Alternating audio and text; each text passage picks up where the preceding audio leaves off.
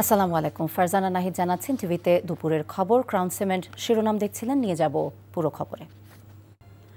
উত্তরায় milestone school and কলেজে প্রশিক্ষণ যুদ্ধ বিমান বিধ্বস্তের ঘটনায় ক্ষোভে ফুঁসছে প্রতিষ্ঠানটির শিক্ষার্থীরা। ঘটনার সুষ্ঠু তদন্ত সহ ৬ দফা দাবি জানিয়েছে তারা।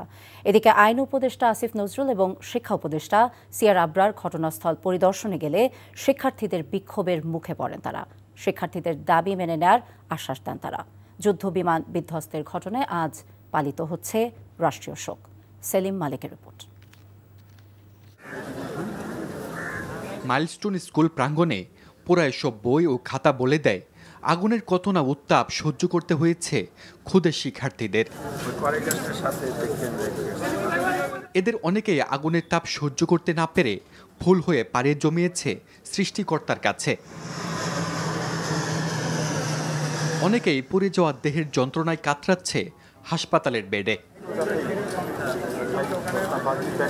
নিজেদের ক্যাম্পাসে ঝরে যাওয়া শিক্ষার্থীদের এমন করুণ মৃত্যু মেনে নিতে পারছেন না সহপাঠীরা। তাই তো চাপা ক্ষোভ নিয়ে প্রতিষ্ঠানটিতে ভিড় জমিয়েছেন তারা, জানাচ্ছেন বিক্ষোভ প্রতিবাদ। নিহতদের সঠিক নাম ঠিকানা প্রকাশের পাশাপাশি পরিবারকে ক্ষতিপূরণ ও ত্রুটিপূর্ণ প্লেন বাতিল সহ ৬ দফা দাবি জানিয়েছেন তারা।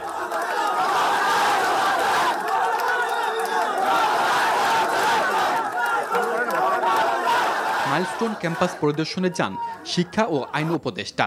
তাদের দেখে ক্ষোভ প্রকাশ করেন শিক্ষার্থীরা। শেষে প্রতিষ্ঠানটির সম্মেলন কক্ষে আশ্রয় নেন এই দুই উপদেষ্টা। এই সময় শিক্ষার্থীদের সকল দাবি মেনে নেওয়ার আশ্বাস দেন তারা।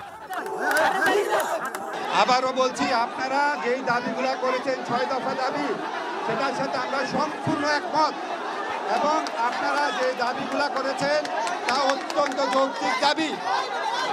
আমি সরকারের পক্ষ থেকে আপনাদেরকে আশ্বাস দিচ্ছি, আমরা আপনাদের প্রতিটা দাবি পূরণ করব।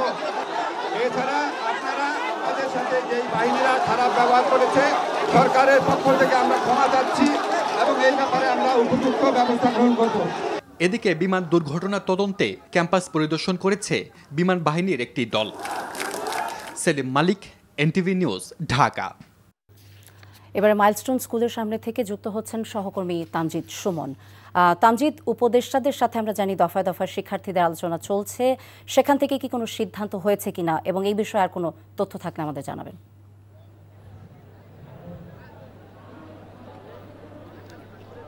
না ফারজানা, আসলে দেখেন, দফায় দফায় যে আলোচনা হয়েছে, আলোচনার প্রধান বিষয়বস্তু হচ্ছে যে শিক্ষার্থীরা যে দাবি করেছেন, তাদের 6টি দফা দিয়ে তারা দাবি করেছেন এবং তারা খুব সুনির্দিষ্টভাবে বলেছেন যে তারা জানতে চান নিহতের সংখ্যা কতগুলো, আহত কতজন, এবং আরেকটি বিষয় তারা সুনির্দিষ্টভাবে বলেছেন যারা মারা গেছেন তাদের প্রকৃত ঠিকানা, নাম, এগুলো প্রকাশ করতে হবে। অর্থাৎ শিক্ষার্থীরা খুবই সুনির্দিষ্টভাবে তাদের দাবি করেছেন যে মারা গেছে কতজন সেটি তারা জানতে চান, সেটি তালিকা প্রকাশ করতে তারা উপদেষ্টাকে বলেছেন। এবং উপদেষ্টা কিন্তু 2 দফায় শিক্ষার্থীদের সাথে বসেছেন, শিক্ষার্থীদের প্রতিনিধিরা তাদের সাথে বসেছেন এবং তাদের 6 দফার দাবির কথাগুলো তারা বলেছেন।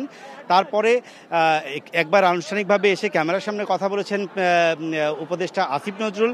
তিনি বলেছেন যে শিক্ষার্থীদের যেসব দাবি আছে সেগুলো মেনে নেওয়া হবে এবং দ্রুতই তা বাস্তবায়নের জন্য সংশ্লিষ্ট যে দপ্তরগুলো আছে সেগুলোকে নির্দেশ দেওয়া হবে। আরেকটি বিষয় যে শিক্ষার্থীদের কথা বলেছেন, পরবর্তীতে আবার তিনি আলোচনায় বসেছেন, তারপরে যাতে ক্ষমা চাই এবং তারা যে দাবিগুলো চেয়েছেন তিনি বলেছেন এগুলো নিঃশর্তভাবে মেনে নেবেন। এখন বিষয় হচ্ছে এখানে যে শিক্ষার্থীরা দাবি বলেছেন এগুলো নিঃশর্তভাবে মেনে নেবেন। এখন বিষয় হচ্ছে এখানে যে শিক্ষার্থীরা দাবি তুলেছেন এগুলো খুবই যৌক্তিক, কারণ গতকালকে যখন এখানে এসেছে সাংবাদিকরা কিন্তু প্রধান ফটকের ভিতরে ঢুকতে পারেনি, যে কারণে সঠিক তথ্যটাও দিতে পারেনি। কিছু কিছু ক্ষেত্রে সাংবাদিকরা যে সংখ্যার কথা বলেছে, কতজন মারা গেছে, সেই সংখ্যা নিয়েও তাদের অভিযোগ রয়েছে এবং অভিযোগটা থাকা খুবই যৌক্তিক, কারণ তারা বলছেন যে তারা নিজ হাতে অনেককে উদ্ধার করে পাঠিয়েছেন, তাদের সাথে সংখ্যায় মিলছে না। আমরা সাংবাদিকরা তাদের সাথে কথা বলেছি এবং বোঝানোর চেষ্টা করেছি আসলে আমরা কোনো দাপ্তরিক দায়িত্বশীল ব্যক্তির কাছ থেকে তথ্য না পেলে যেমন দিতে দিতে পারি না, সেরকম আমরা ছড়িয়ে ছিটিয়ে তথ্য দিতে পারি না, কিন্তু তাদের এই যৌক্তিক দাবিগুলো উপদেষ্টা শুনেছেন এবং এই উপদেষ্টা বলেছেন যে প্রকৃত মৃতের সংখ্যা জানাবেন এবং প্রতিটি দপ্তরে বলে দিবেন এবং প্রতি ঘন্টায় ঘন্টায় যেন আপডেট দেওয়া হয় সেই আপডেটের ব্যবস্থা করবেন। এখনও শিক্ষার্থীরা এই দাবিতেই আছেন এবং তারা তাদের যৌক্তিক দাবিতে আন্দোলন চালাচ্ছেন। শিক্ষার্থীদের 6 দফা দাবির বিষয়ে উপদেষ্টাদের সাথে যে আলোচনা চলছে সেই বিষয়ে আমরা জানছিলাম। উত্তরার দিয়াবাড়িতে বিমান দুর্ঘটনায় নিহত পাইলট তৌকের ইসলাম সাগরের জানাজার নামাজ দুপুরে কুর্মিটোলায় ঢাকা সেনানিবাসে অনুষ্ঠিত হয়েছে। মঙ্গলবার নিহত পাইলট তৌকের ইসলাম সাগরের মৃতদেহ কুর্মিটোলায় আনা হলে শোকাবহ পরিবেশ তৈরি হয়। তার কফিনে রাষ্ট্রীয় শোক এবং শ্রদ্ধা জানানো হয়। এ সময় তার সহকর্মীদের মাঝে শোকের ছায়া নেমে আসে। জানাজায় অংশ নেন স্বরাষ্ট্র উপদেষ্টা, সেনাবাহিনী প্রধান, বিমান বাহিনী এবং নৌবাহিনী প্রধান সহ ঊর্ধ্বতন সামরিক কর্মকর্তারা। সোমবার দুপুরে রাজধানীর দিয়াবাড়িতে মাইলস্টোন স্কুলে যে বিমান দুর্ঘটনায় 27 জন নিহত হয় সেই বিমানের পাইলট ছিলেন তৌকের ইসলাম সাগর। জানাজার শেষে সাগরের মৃতদেহ দাফনের জন্য তার বাড়ি রাজশাহীতে নিয়ে যাওয়া হচ্ছে।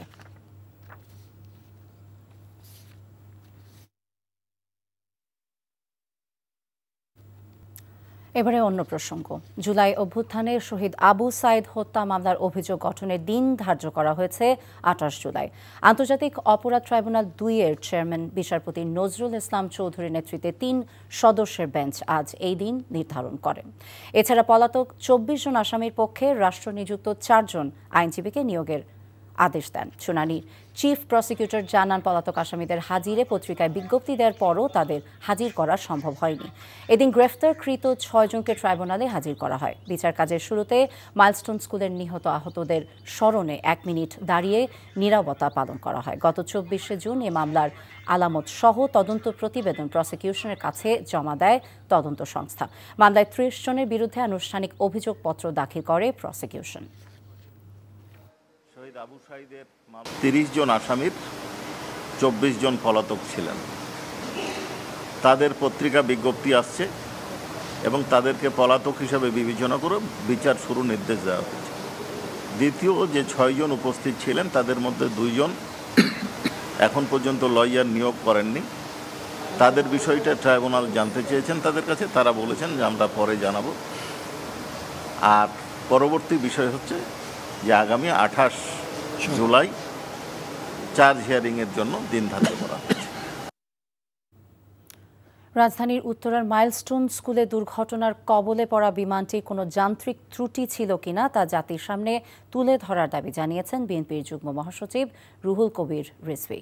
নয়াপল্টনে বিএনপির কেন্দ্রীয় কার্যালয়ের নিচে দুর্ঘটনা আহত এবং নিহতদের স্মরণে আয়োজিত দোয়া মাহফিলে এই দাবি জানান তিনি। এ সময় তিনি একটি উচ্চ পর্যায়ের তদন্ত কমিটি গঠন করে দায়ীদের দ্রুত বের করার আহ্বানও জানান। দুর্ঘটনার ক্ষতি অপূরণীয় জানিয়ে একটি প্রশিক্ষণ বিমানের কার্যক্রম এমন একটি জনাকীর্ণ শহরে হয় কিভাবে, এ প্রশ্ন তোলেন বিএনপির স্থায়ী কমিটির সদস্য গয়েশ্বরচন্দ্র রায়। বিএনপির কেন্দ্রীয় কর্মসূচির অংশ হিসেবে দেশের সব দলীয় কার্যালয় মিলাদ এবং দোয়া অনুষ্ঠান করা হবে বলেও জানান নেতারা। এদিকে কেন্দ্রীয় কার্যালয়ের সামনে যুবদল আয়োজিত দুর্ঘটনায় আহতদের চিকিৎসায় রক্তদান কর্মসূচির আয়োজন করা হয়।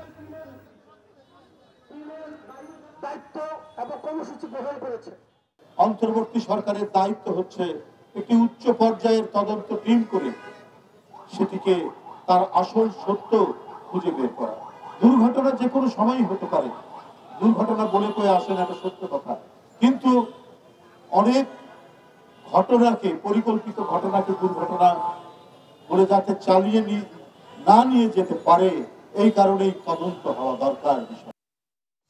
মোংলা বন্দরের ব্যবহার বাড়াতে পারলে চিটাগাংয়ের বন্দরের জট কমবে এবং কার্যক্রম বাড়বে বলে জানিয়েছেন এনবিআর চেয়ারম্যান আব্দুর রহমান খান। সকালে মোংলা কাস্টমস হাউসে সাংবাদিকদের সাথে মতবিনিময় সভা শেষে তিনি এসব কথা বলেন। তিনি আরও বলেন, মোংলা কাস্টমস হাউসের অপারেশনাল ক্যাপাসিটিকে আরও বেশি ব্যবহার করতে হবে।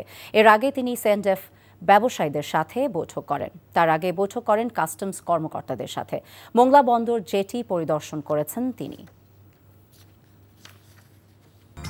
এই ছিল দুপুরের খবরের ভিডিও আপডেট জানতে ভিজিট করুন এনটিভি অনলাইন www.ntvbd.com। এছাড়া এনটিভি জনপ্রিয় সব অনুষ্ঠান এবং খবরের আপডেট জানতে ভিজিট করুন আমাদের ইউটিউব এবং ভেরিফাইড ফেসবুক পেজ। 5টায় দেশের খবর দেখার আমন্ত্রণ রইল। সবাইকে ধন্যবাদ।